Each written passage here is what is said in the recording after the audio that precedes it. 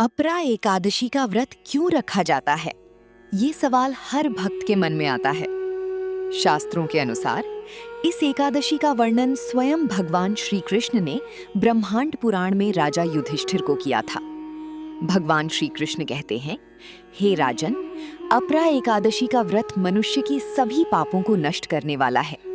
ये एक ऐसी तिथि है जो मनुष्य को उसके बुरे कर्मों से मुक्त कर सकती है। अपरा शब्द का अर्थ होता है जिसका कोई अंत न हो, अर्थात इस व्रत का फल भी अनंत और असीम है। शास्त्रों में कहा गया है कि जो फल मनुष्य को गंगा स्नान, तीर्थ यात्रा और बड़ी बड़ी यज्ञ करने से मिलता है, वही फल केवल अपरा एकादशी का व्रत रखने से प्राप्त हो जाता है। कई बार हम जीवन में जाने अनजाने ऐसे कर्म कर बैठते हैं जो हमारे लिए दुख और परेशानी का कारण बन जाते हैं, और हमें समझ ही नहीं आता कि हमारे जीवन में इतना कष्ट क्यों है। ऐसे में अपरा एकादशी का व्रत एक दिव्य अवसर बनकर आता है। ये व्रत केवल शरीर का उपवास नहीं है, बल्कि ये मन और आत्मा की शुद्धि का दिन है। इस दिन भक्त सुबह जल्दी उठकर स्नान करते हैं और भगवान श्री कृष्ण या विष्णु जी की पूजा करते हैं। दीप जलाते हैं, धूप अर्पित करते हैं और सच्चे मन से प्रार्थना करते हैं, हे प्रभु, मुझसे जो भी गलतियां हुई हैं मुझे क्षमा करें। फिर पूरे दिन व्रत रखते हुए भगवान की नाम का जप किया जाता है। ओम नमो भगवते वासुदेवाय। ये मंत्र मन को शांत करता है और आत्मा को भगवान से जोड़ता है। शास्त्रों में ये भी कहा गया है कि जो व्यक्ति इस दिन सच्चे मन से व्रत करता है, उसके पिछले जन्मों के पाप भी धीरे धीरे समाप्त होने लगते हैं और उसके जीवन में सुख, शांति और समृद्धि आने लगती है। लेकिन एक बात हमेशा याद रखनी चाहिए, ये व्रत केवल दिखावे के लिए नहीं, बल्कि सच्चे मन और श्रद्धा से किया जाना चाहिए, क्योंकि भगवान श्री कृष्ण भाव की भूखे हैं। वो हमारे दिल की सच्चाई देखते हैं। अगर व्रत के साथ साथ मन में भक्ति और विश्वास हो, तो ये एकादशी आपके जीवन को बदल सकती है। इसलिए कहा गया है, अपरा एकादशी केवल एक व्रत नहीं, ये भगवान से जोड़ने का एक पवित्र अवसर है। तो इस बार इस पावन दिन को यूं ही मत जाने दीजिए। आइए अब अपरा एकादशी की पवित्र व्रत कथा सुनते हैं। प्राचीन समय की बात है। एक धर्मात्मा और न्यायप्रिय राजा थे जिनका नाम था महिध्वज। वो भगवान विष्णु के परम भक्त थे।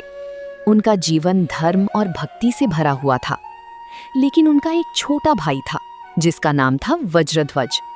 वो स्वभाव से बहुत क्रूर और ईर्ष्यालु था। उसे अपने बड़े भाई की अच्छाई बिल्कुल पसंद नहीं थी। धीरे धीरे उसके मन में द्वेष बढ़ता गया और एक दिन उसने एक बहुत बड़ा पाप कर दिया। उसने अपने ही बड़े भाई राजा महिध्वज की हत्या कर दी और उनके शरीर को जंगल में एक पीपल के पेड़ के नीचे दबा दिया। धर्मात्मा होने के बावजूद अचानक मृत्यु होने के कारण राजा महिध्वज की आत्मा को शांति नहीं मिली। वो एक प्रेत बनकर उसी पेड़ पर भटकने लगी। जो भी उस रास्ते से गुजरता, उसे अजीब सी भय और बेचैनी महसूस होती। एक दिन वहां से एक महान ऋषि गुजरे जिनका नाम था ऋषि धौम्य। उन्होंने अपनी दिव्य दृष्टि से उस प्रेत को देखा और उसके दुख को समझ लिया। ऋषि ने प्रेम से पूछा, हे आत्मा, तुम इस दुख में क्यों भटक रही हो? तब उस प्रेत ने अपनी पूरी कहानी सुनाई और मुक्ति की प्रार्थना की। ऋषि धौम्य का हृदय करुणा से भर गया। उन्होंने कहा, मैं तुम्हारी मुक्ति का उपाय करता हूं। फिर उन्होंने श्रद्धा और नियम से अपरा एकादशी का व्रत रखा। पूरे दिन भगवान विष्णु का ध्यान किया और विधि विधान से पूजा की। जब व्रत पूर्ण हुआ तो उसका सारा पुण्य उस प्रेत को समर्पित कर दिया। जैसे ही व्रत का पुण्य उस आत्मा को मिला, वो प्रेत योनि से मुक्त हो गया और उसे एक दिव्य शरीर प्राप्त हुआ और वो सीधा वैकुंठ लोक को चला गया।